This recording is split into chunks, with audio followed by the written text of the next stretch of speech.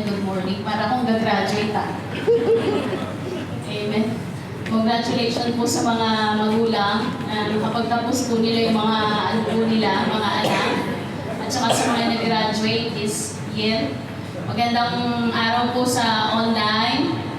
Magandang umaga sa dito po sa ating pong iglesia. Uri ng Panginoon, tayo po'y malakas at buhay. Amen? At alam po natin na tayo po'y nananagana dahil ang Diyos natin ay our Jehovah Jireh. Thank you, Lord. Bless your name. Salamat sa napakabilis na panahon, mga kapatid. Ako po'y magbabakasyon this sa June. Amen? At ako po'y excited na. Salamat sa Lord na makakausan naman po yung aming pong school days. We'll be finishing this June 14. But mas maaga po akong maalit sa kanila. Thank you, Lord. Hallelujah. Tayo po tumayo, mga kapatid. Tapo natin yung ating pong mga Biblia or ating pong mga Bible apps sa mga natin sa aklat po ng Psalms 119 verse 36.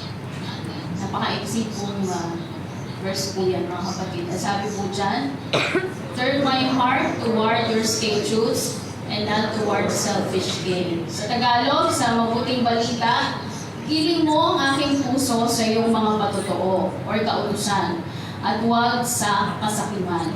Amen. Tayo manalangin. Purihin ka, Panginoon. Kami po'y nagpapasalamat sa magandang araw na ito, Lord. May pong pinagkaloob sa amin.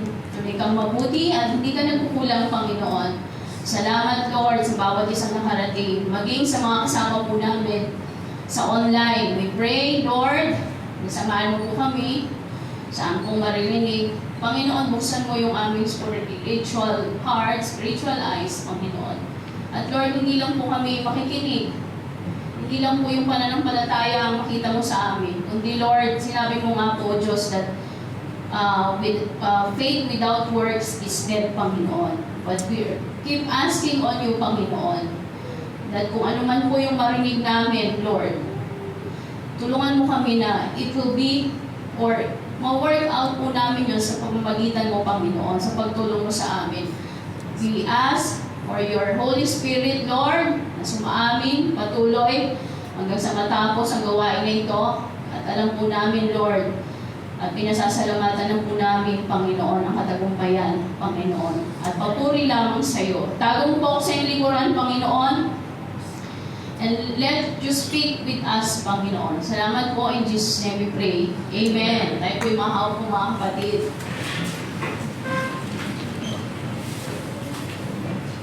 Ang aking pong may share sa araw na ito, yung pinamagatang generous life. Yan. Ang generosity, mga kapatid, sa overall meaning ng mga dictionary at sa Google, sabi po dyan, the trait of being willing to give help or support, especially more than that is usual or expected. Yan. So, ito daw po yung generosity sa Tagalog, di ba yung pagiging maspalad. Amen? So, pagiging mapagbigay.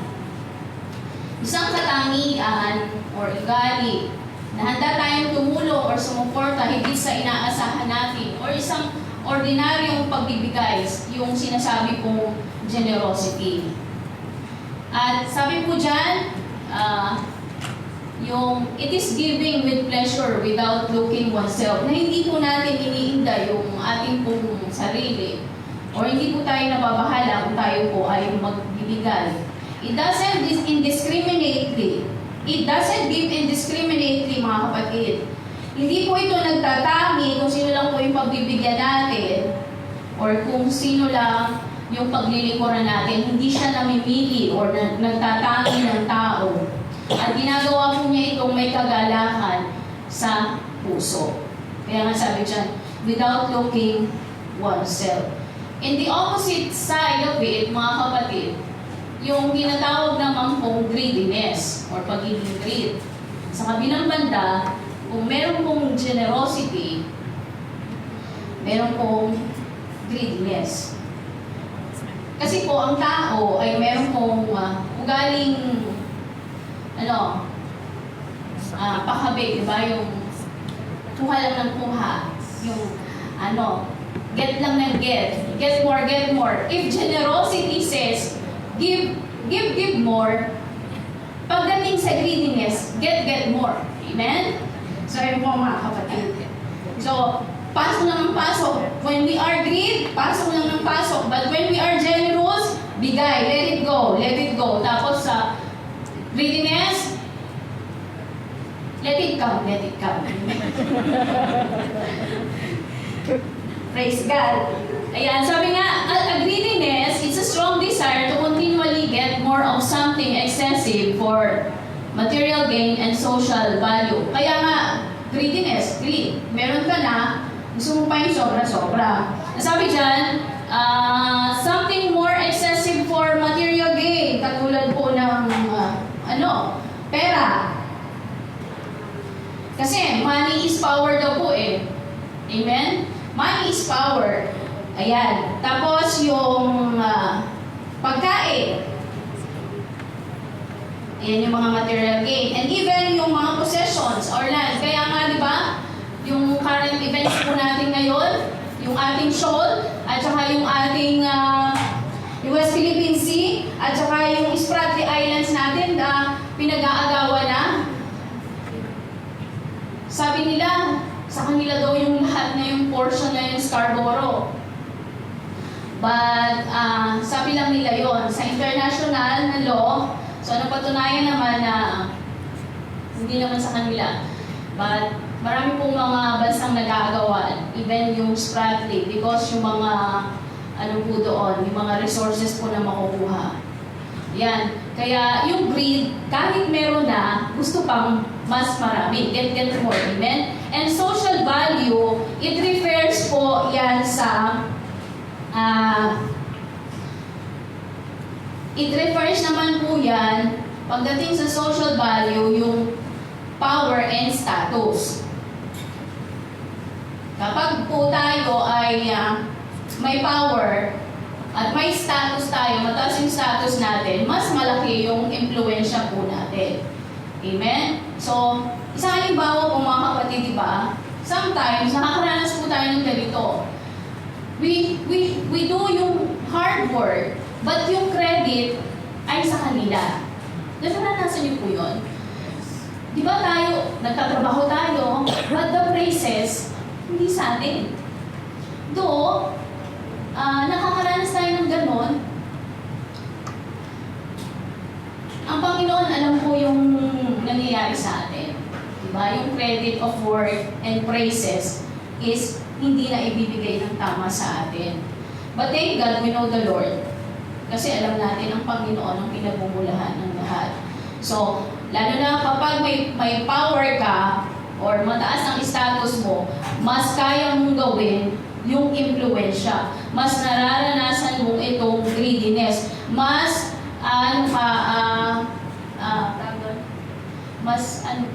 sa salitang greed. Amen? Mas malapit ka. Muli ng Panginoon.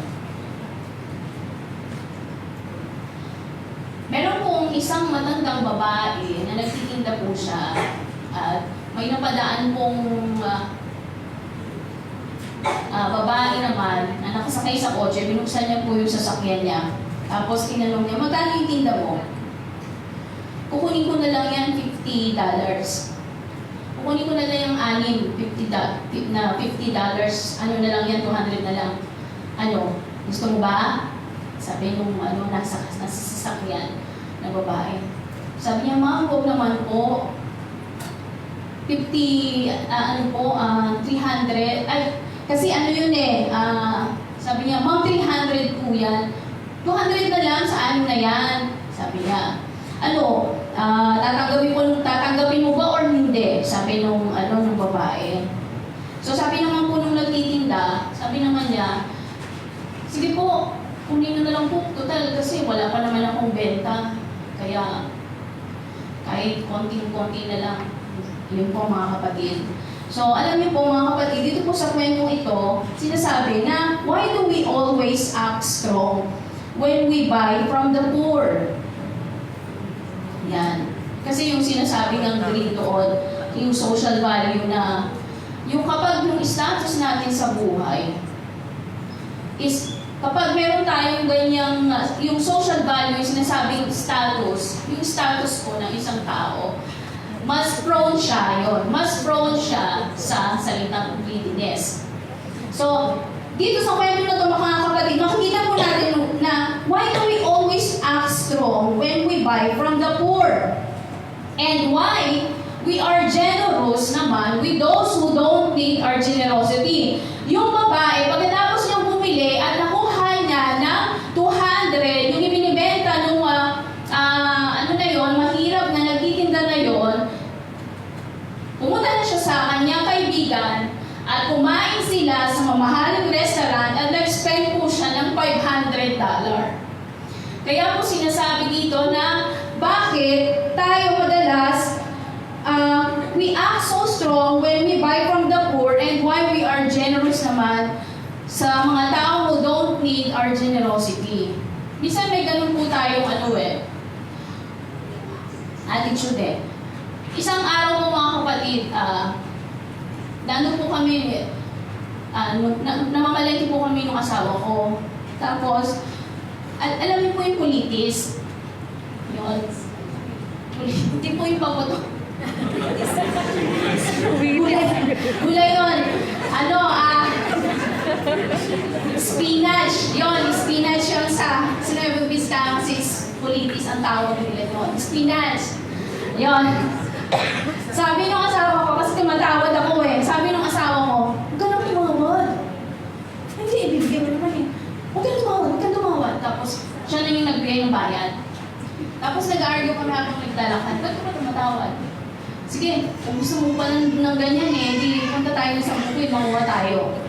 So, yun nga po, in short, no, nanguha po kami. Politis si spinach, no? Tapos, yun, nanguha po kami. Alam niyo po, ang hirap po palang kunin yun. Kasi ang dami niyang tinik. Hindi ko talaga kinaya, mga kapatid. Bukod pa sa init ng araw. Init ng araw, talagang matinik siya. Tapos kakainin mo siya, tatagalan mo pa siya ng tinik. So, ito po yung realization. Bakit daw po tayo, we are generous to the poor. Sabi dyan, we can be generous to the poor, but most of the time, we are generous to those who don't need our generosity. Amen?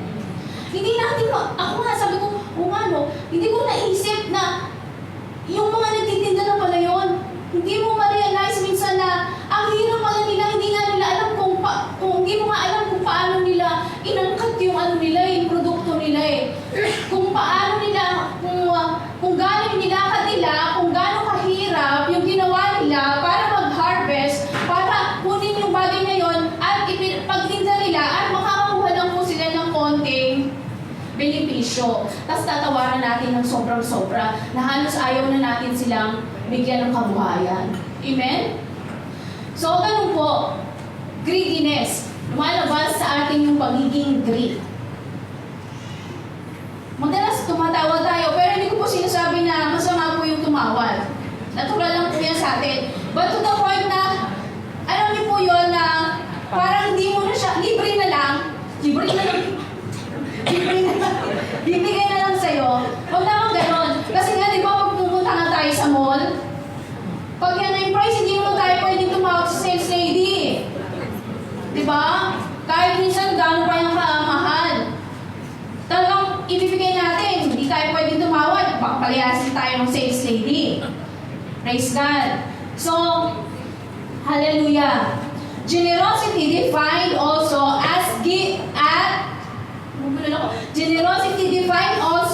giving in the right amount, right people, and right time with pleasure. Yan, minsan galing pa nga tayo pag di tayo pinatawad eh.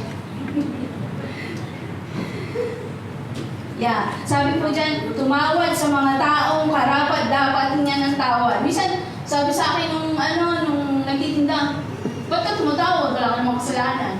Humingi kang tawad sa akin. Amen? Puri ng Panginoon. Sabi po, yung susunod pong slide, generosity is a cornerstone in having a blessed life because the presence of or lack of generosity in our lives give us a very clear peek into our soul, spiritual condition, and life.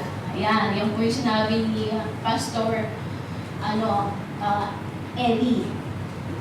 Hindi si Ellie yung naiisip nyo. Amerikano po yun.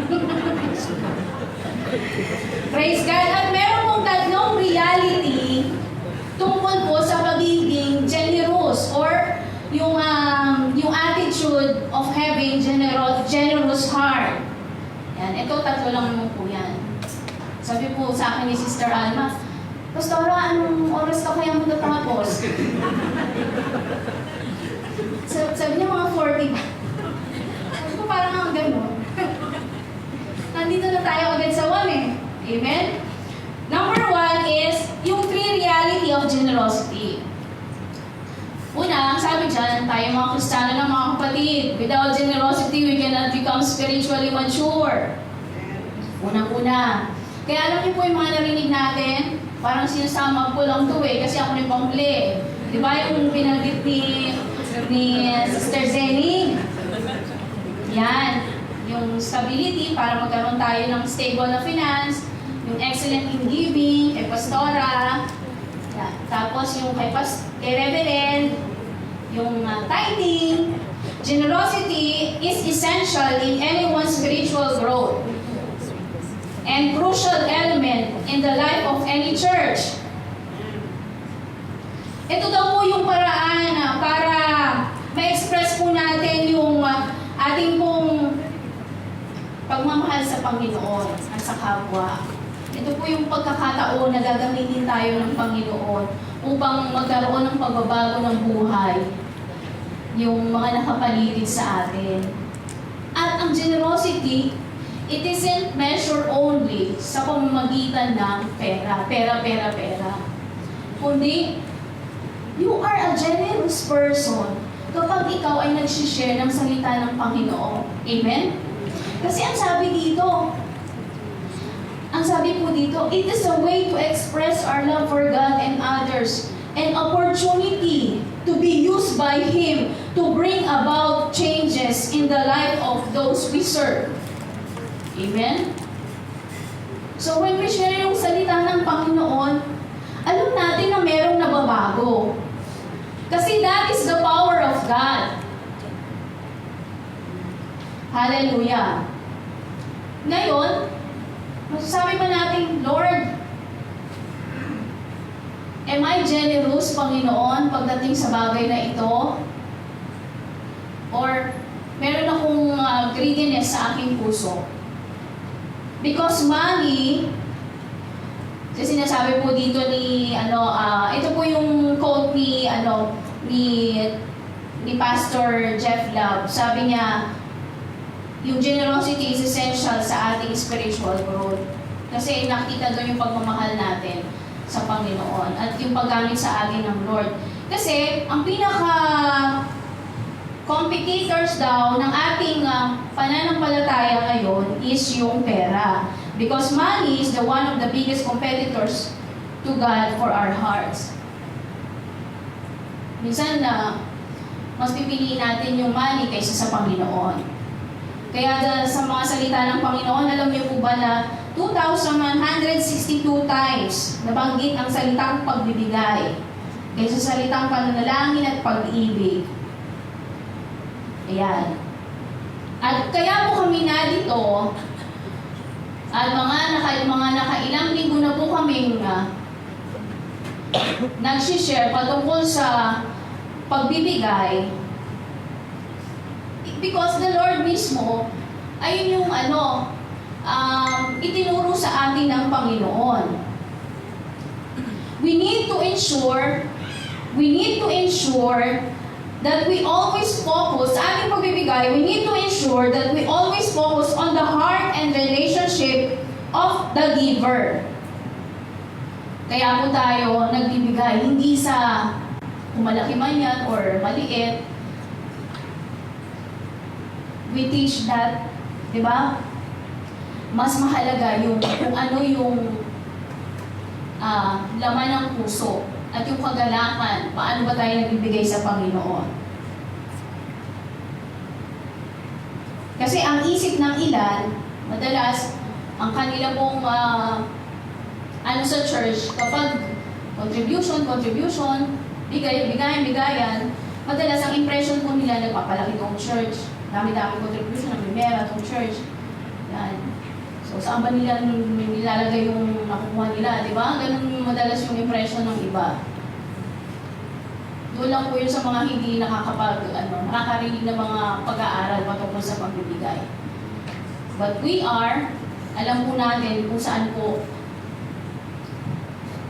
But anyway, kung nagbigay na po na tayo, hayaan na natin yun. Kung saan pa yung mapunta. The best thing is that we give with a cheerful heart. Amen? Giving generously is more than just putting money in an offering basket. Bakit? Sabi dyan, it is more than just putting money in an offering basket. Ano bang pakiramdam natin or ano bang nararamdaman natin when we give our tithes and offerings sa Panginoon? It's not just putting our money in the offering basket because, Lord, whenever I drop my tithes and offerings sa offering basket na ito, Panginoon, it demonstrates our faith and yung trust natin sa Lord. That Lord, ibinabalik ko to sa iyo, Panginoon, at ako'y nagpapasalamat dahil alam ko, Lord, na sa susunod na aking pagbibigay, meron pa akong trabaho, may susunod pa akong pagbibigay, Panginoon. Diba? Ganon.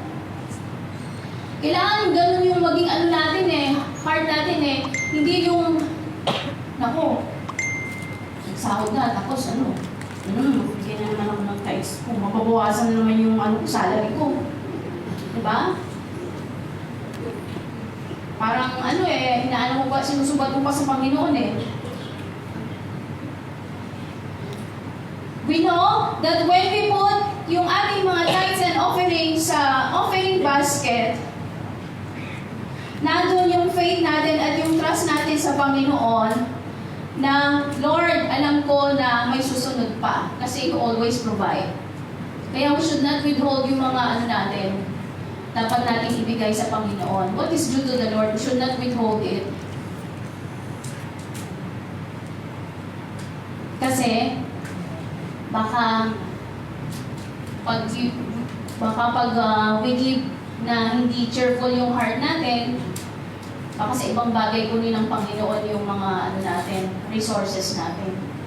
Or magising na lang tayo, wala tayong trabaho. Or magising tayo na nagkautang tayo ng ganito. Or magising tayo. Bakit po may mga taong they keep chasing money?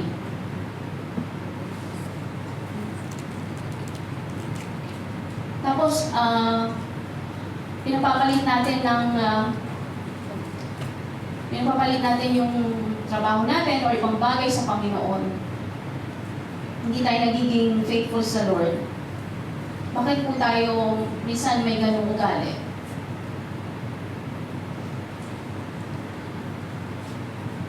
Kasi nga hindi tayo nagiging faithful sa Lord. Yung dapat natin ibigay sa Panginoon, hindi natin na ibigay. Bakit wala tayong trabaho? Bakit nagkakaganito, Panginoon, yung aming kumpanya? Kasi hindi tayo tapat sa Panginoon. Sabi ng Malakay 3:8, you are robbing God. We are robbing God. Sabi ng mga Israelita, sa paano parang kami nagnanakaw, Panginoon? Sabi ng Panginoon, return to me and I will return to you. Kasi nanakawan natin ang Panginoon sa hindi natin pagbibigay ng ikapo at yung mga offering natin. Kaya nga po mga kapatid, ako'y matagal na din sa Panginoon, pero hindi po ako marunong Ang tides ko po ay up and down, up and down, up and down. Hindi. Noong ako po nasa Pilipinas pa. And just na-realize ko, Lord, ganun pala talaga, no? Pag hindi ka nagiging faithful, pag hindi ka nagiging, hindi ka diretso sa Panginoon. You know, pagkatapos ng 6 months, maghahagilip pa naman ako ng trabaho. Parang, kasi di ba, yung pagtatrabaho sa Pilipinas, yung mare-regular ka, maganda yung na-stable ka sa company. But for me, mga kapatid, nung after kong mag-graduate, gusto ko ma-regular ako, syempre. And yung mga first graduate, talagang yung pagtatrabaho niyan, very perseverance yan sila para makakuha sila ng regularity sa trabaho. But for me, mga kapatid, parang I skip after 6 months. Nag-change ako ng nag-change ako ng trabaho, and then after 6 months, contractual. But the Lord, tinuruan niya ako. I keep on praying sa Panginoon. Panginoon, hindi ako marunong mag-tithes Hindi ako faithful sa tithes. Panginoon, something missing, Panginoon.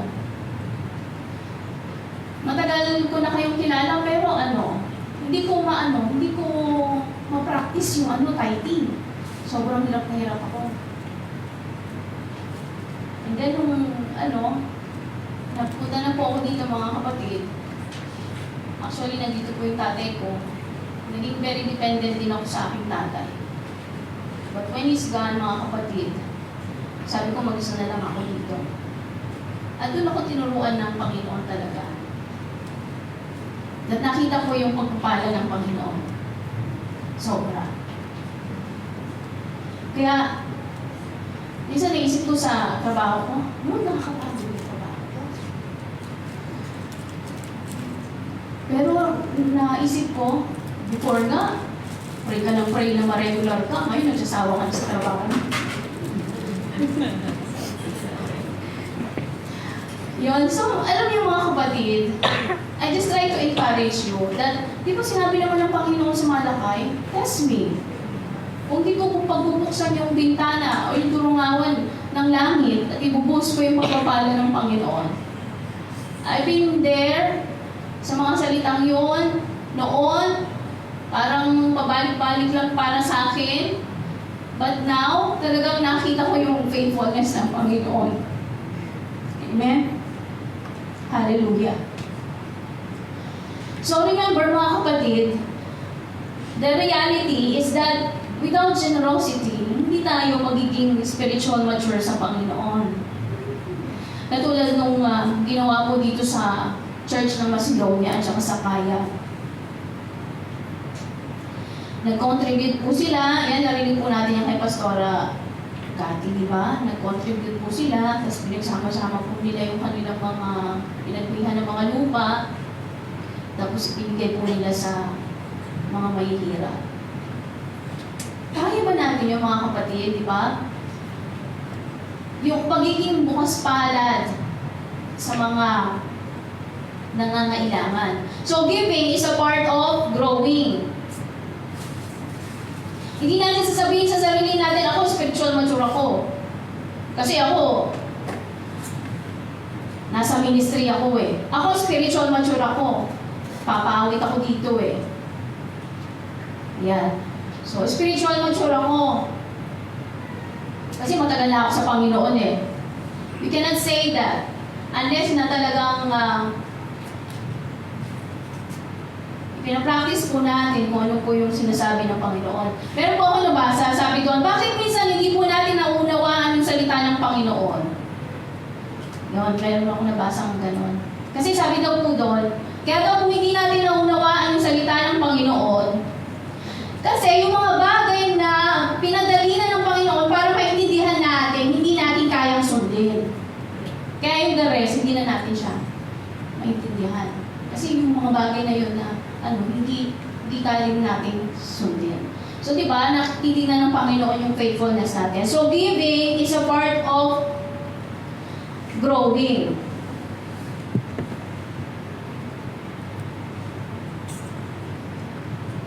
Ngunit sa atin mga kapatid, alam po natin na tayo mga mananampalataya, amen? Huwag po kayo malungkot, tayo mananampalataya eh. Hindi po tikon yung kamay natin para magbigay sa Panginoon. Amen? And we should not rob God. Dapat hindi tayo maano ng Panginoon na ninanakawan natin siya. Praise the Lord! Hallelujah! Yung pangalawa mga kapatid, generosity goes against our nature. Sabi po ni Andy Stanley, by nature, the concept of generosity is in direct conflict with the concept of self-preservation. Nag-struggle daw yung generosity sa ano natin, sa pagkatao natin. Yan. Nag-struggle ba mga kapatid? Nag-struggle? Amen! Nag-struggle! Sabi ko sa inyo, hindi lang pumupa sa pera-pera yan eh. Nag-i-struggle po tayo dyan. Sabi dyan, with the concept of self-preservation, dahil ano po ba yung self-preservation? Ito po yung the protection of oneself from harm or death. As regarded as the basic instinct in us, even animals. Nandun po yung yung self-preservation is like yung pagiging sigurista natin. Takot tayo maubusan, takot tayo magutuman, takot tayo maunahan, di ba? Kahit may pagkain na tayo dyan, parang bibili na naman tayo kung ano maisip natin, di ba? Takot tayo mawalan, at takot tayo mamatay, baka mamatay tayo sa gutom. Kaya po yung mga tao nag-hoard sila. Di ba yung mga nag-hoard, nagtatago sila ng mga pagkain or nag-i-stock sila ng mga valued objects. Kaya po dito sa Exodus 16, makita po natin, di ba? Sabi ng Exodus 16 verse 19, isa sa mga instruction ng Panginoon na sinasabi niya dito sa mga Israelita, because they were in the wilderness, tapos, di ba, sila po yung naglalakbay sa promised land. At sila yung pinaulanan ng Panginoon ng manna, the bread from heaven. Sabi niya sa verse 19, then Moses said to them, no one is to keep any of it until morning. Pero, at sabi dyan, sinabi sa kanila ni Moses, huwag kayong magtitira para sa the next day. Yung manna is good for this day only, kung ano lang yung makaya nyo kainin. Diba? But, these Israelites, ito mga parang tayo yan mga kapatid. Sabi sa verse 20, ngunit ang ilan sa kanila ay hindi nakinig kay Moises. So nagtira sila, more than sa makukonsume nila. More than they consume, mga kapatid. So, kinabukasan, ang nangyari, yung mga itinira po nila, sabi po, inuod, at bumako ang itinira nila. Kaya nagalit po si Moises sa kanila. So, di ba yun? So, may ugali tayong sigurista. Kaya dun sa una, yung sabi doon, di ba kasi kaya sabi doon sa ating text, Lord, sabi ng ating main text, yung pinaka-main text natin, di ba sabi doon, na deliver us, Panginoon, sa mga kasakiman. And turn our hearts into your statue. Yung command ng Panginoon. Generosity is a major tool in healing our old man. Kaya nga, dahil higit sa lahat, ang Panginoon ang nagbigay. Ang Panginoon is a model of yung pagiging generous.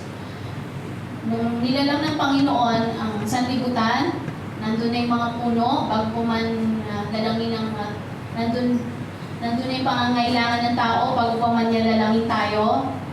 At sinabi nga doon sa Genesis, di ba, nung nagpaulan ng Lord, sabi doon, bumigat yung ulap, tapos bumagsak ang ulan.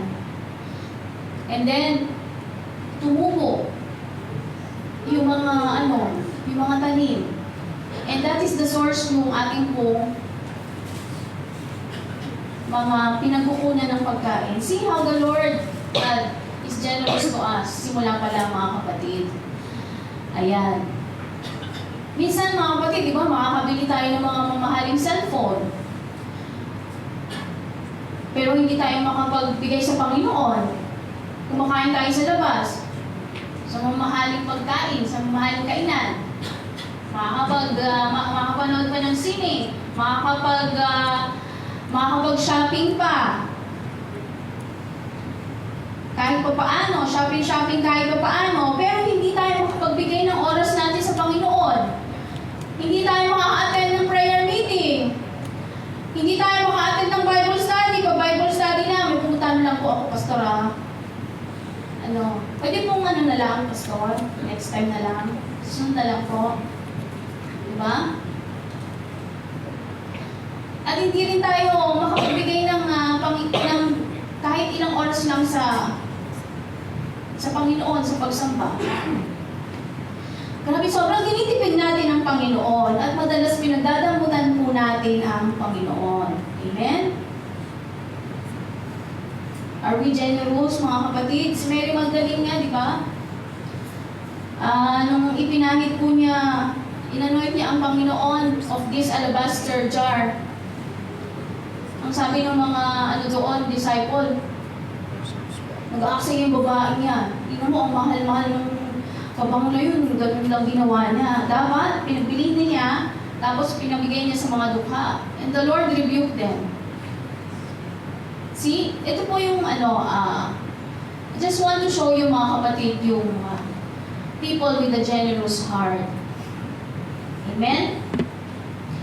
Because the Lord sees yung puso ni Mary, that she will give everything sa Panginoon para lang sa Panginoon. Amen? Puri ng Panginoon. Hallelujah. So number 3, mga kapatid, generosity is met with guaranteed generosity. Proverbs 11:24-25. Ang taong mapagbigay ay lalong yumayaman. Amen? Ngunit, naghihirap ang tikong ng mga kamay. Ang taong matulungin ay sumasagana ang buhay. At ang marunong tumulong ay tiyak tutulungan. Meron po tayong katiyakan na kung tayo magbigay, ay tayo din po ay makakatanggap. Naman po yung sinasabi ng Panginoon sa kanyang kasulatan. Diba sa 2 Corinthians 9:6, kung bahagya lang, kung sino mo, bahagya lang din yung aanin mo. Kung marami ka namang inihasik, of course naman, marami ka din namang aanihin. Amen? So, ang pagiging generous is not about money, mga kapatid. We can be generous with our time. Kaya nga si Reverend, ilang beses na siyang, sino pong available sa inyo sa Saturday? Saturday. Di ba? Are we generous when it comes to the time? Ang sabi po dito, we can be generous with our time. Sometimes naman, we can stop. And then, we can stop and help people. We can stop and listen to them. We can stop and celebrate with them. Amen? So we must be generous with our time. We can be generous also, in respect. Kaya nga din, parang ganito lang din po yan. Respect begets respect. Ganyan din po yan. Generosity begets generosity. Amen? So we can also be generous with forgiveness. Yan. So, nagiging mapagpatawad ba tayo? We can also be generous with attention. We can also be generous with our belongings. Kung hindi kaya ng kapatid, pwede naman natin ipahiram sa kanya. O kaya, kung ayaw mo naman magpahiram,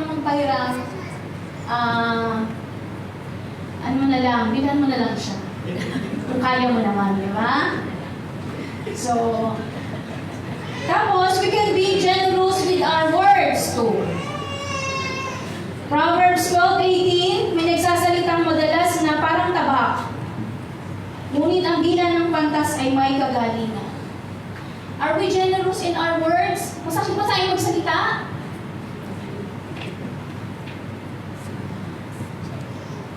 At sabi dyan, we can be generous also in our influence. Yan, yung mga ating mga connection. Katulad ng, kakilala ko to eh. Sige, i-ano kita, ipapakilala ka dyan dito para ano siya, model siya sa ganito. At least may pasok ka niya, di ba? Yan, yung pagtulong natin. So, we can be generous also in our thoughts. Before we can think about others the way God thinks about them, we have to view ourselves through God's eye. Because negative self-talk is always reflection of an incorrect view of God. Amen? So, we can be generous, hindi lamang sa pera, we can be generous sa time din, respect, sa mga belongings, sa words, sa ating influence, sa connection, and we can be generous in our thoughts. Amen? And we should not be greed. Kailangan yung greediness or greed sa atin. It's because innate po yan. But, ang antidote nga po sa greediness is generosity. Kaya nakalala tayo sa Panginoon eh. Kasi, we see the Lord as our model sa ating pananampalataya. At ang greed, mga kapatid, talagang nag-accelerate yan, tsaka nag-upgrade. From grade 1 to grade 2, grade 3, di ba? Minsan, nag-graduate na. Narinig ko lang po yun. Kaya, yung tawa nyo nga, mas malakas pa yung tawa ko nung marinig. Amen? Puri ng Panginoon. So, yun po yung tatlong bagay, the reality of generosity. Amen? First is that, ano po yung una? Sinulat ko dito eh. Generosity, without generosity, we can become spiritual mature. Tapos yung pangalawa, generosity goes against our nature. And generosity is met with granted generosity. Kung ang generosity is give more, ang greed is get more. Amen. Alam po natin where we will stand. Puri ng Panginoon, hallelujah. Did you receive the message, mga kapatid? Puri ng Panginoon, hallelujah. Thank you, Jesus. Kaya yung pinaka-conclusion po dyan, ang sabi, we serve a generous God who just love to give. So we ought to generously give it sa Kanya. Puri ng Panginoon. Hallelujah. Tayo po'y tumayo, tayo po'y manalangin. But first, can we just sing this song? Hindi ka nagkulang. Dahil ang Panginoon is a God that gives everything para sa Kanyang mga anak. And to sum it all, mga kapatid, the Lord talagang napakabuti ng Panginoon that He will remind us na yung beauty of giving. Diba? Hallelujah. We thank you, Lord. Hallelujah. We come to you humbly, Lord. Salamat, Panginoon, sa mga nagdaang mga linggo na ipinaalala mo sa amin, O Diyos, yung kabutihan, yung kagandahan ng pagbibigay because you first gave us, Lord.